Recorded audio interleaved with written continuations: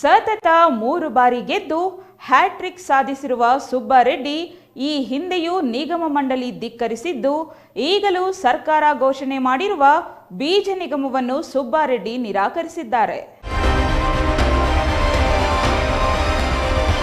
ಸತತ 3 ಬಾರಿ ಗೆದ್ದಿರುವ ಸುಬ್ಬಾರೆಡ್ಡಿ ಕಾಂಗ್ರೆಸ್ ನಿಷ್ಠರಾಗಿ ಉಳಿದಿದ್ದಾರೆ. ಕಳೆದ ಬಿಜೆಪಿ ಸರ್ಕಾರದ ವೇಳೆ ಆಪರೇಷನ್ ಕಮಲದ ಆಮಿಷವೂ ಬಂದಿತ್ತು. ಸಚಿವರು ಮಾಡುವ ಭರವಸೆಯನ್ನೂ ನೀಡಲಾಗಿತ್ತು. ಆದರೆ ಅವರು ಅದನ್ನು ನಯವಾಗಿಯೇ ನಿರಾಕರಿಸಿ ಪಕ್ಷ ನಿಷ್ಠೆ ಮೆರೆದಿದ್ದರು. ಇಂತಹ ವ್ಯಕ್ತಿಗೆ ಸಚಿವ ಸ್ಥಾನ ನೀಡುವ ಬದಲು ಇಂತಹ ನಿಗಮ ನೀಡಿ ಕ್ಷೇತ್ರದ ಜನರನ್ನು ಕಡೆಗಣಿಸುವಂತೆ ಮಾಡಿರುವುದು ನೋವು ತಂದಿದೆ ಎಂದು ಅವರ ಬೆಂಬಲಿಗರು ಆರೋಪಿಸಿದ್ದಾರೆ.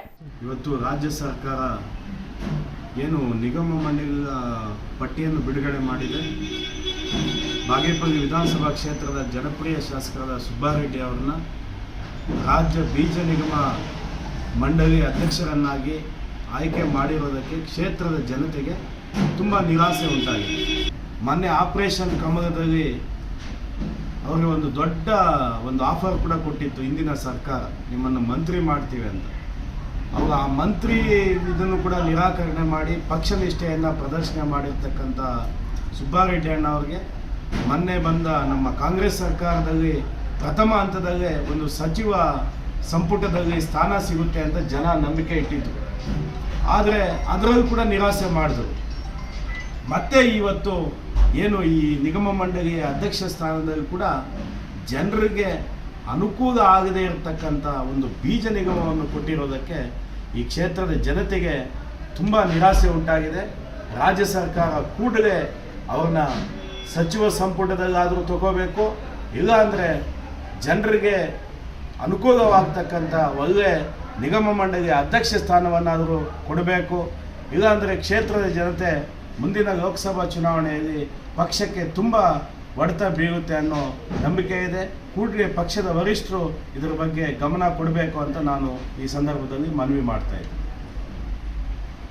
ಜನಪರ ಸೇವೆಯ ಹುದ್ದೆ ನೀಡುವಂತೆ ವರಿಷ್ಠರಿಗೆ ಶಾಸಕ ಎಸ್ಎನ್ ಸುಬ್ಬಾರೆಡ್ಡಿ ಮನವಿ ಮಾಡಿದ್ದು, ಇಂದು ಬೆಳಿಗ್ಗೆ ಸಿಎಂ ಸಿದ್ದರಾಮಯ್ಯ ಮತ್ತು ಡಿಸಿಎಂ ಡಿಕೆ ಶಿವಕುಮಾರ್ ಅವರಿಗೆ ಖುದ್ದಾಗಿ ಮೊಬೈಲ್ ಕರೆ ಮಾಡಿ ಮಾತನಾಡಿರುವ ಶಾಸಕ ಸುಬ್ಬಾರೆಡ್ಡಿ ನಯವಾಗಿಯೇ ಬೀಜ ನಿಗಮದ ಅಧ್ಯಕ್ಷಗಿರಿಯನ್ನ ನಿರಾಕರಿಸುವುದಾಗಿ ಹೇಳಿದ್ದಾರಂತೆ. ಸಚಿವ ಸ್ಥಾನದ ಮೂಲಕ ಜನಸೇವೆ ಮಾಡುವ ಬಯಕೆ ಇದ್ದು, ಸಂಪುಟ ವಿಸ್ತರಣೆ ವೇಳೆ ತಮ್ಮ ಹಿರಿತನ ಗೌರವಿಸಿ ಸಚಿವ ಸ್ಥಾನ ನೀಡಬೇಕೆಂದು ಕೋರಿರುವ ಸುಬ್ಬಾರೆಡ್ಡಿ, ಜಿಲ್ಲೆಯಲ್ಲಿ ತಾವೇ ಹಿರಿಯ ಶಾಸಕರಾಗಿದ್ದು ಸಂಪುಟ ವಿಸ್ತರಣೆಯಲ್ಲಿ ತಮಗೆ ಸಚಿವ ಸ್ಥಾನ ಸಿಕ್ಕೇ ಸಿಗುತ್ತದೆ ಎಂಬ ವಿಶ್ವಾಸ ವ್ಯಕ್ತಪಡಿಸಿದ್ದಾರೆ.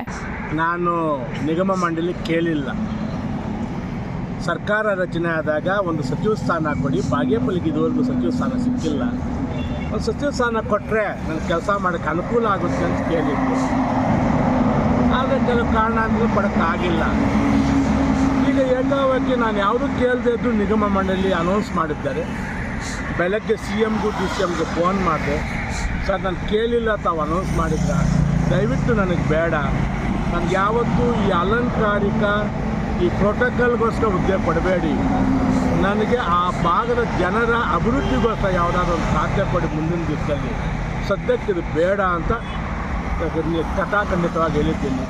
Subbu, CTV news, Bagepalli.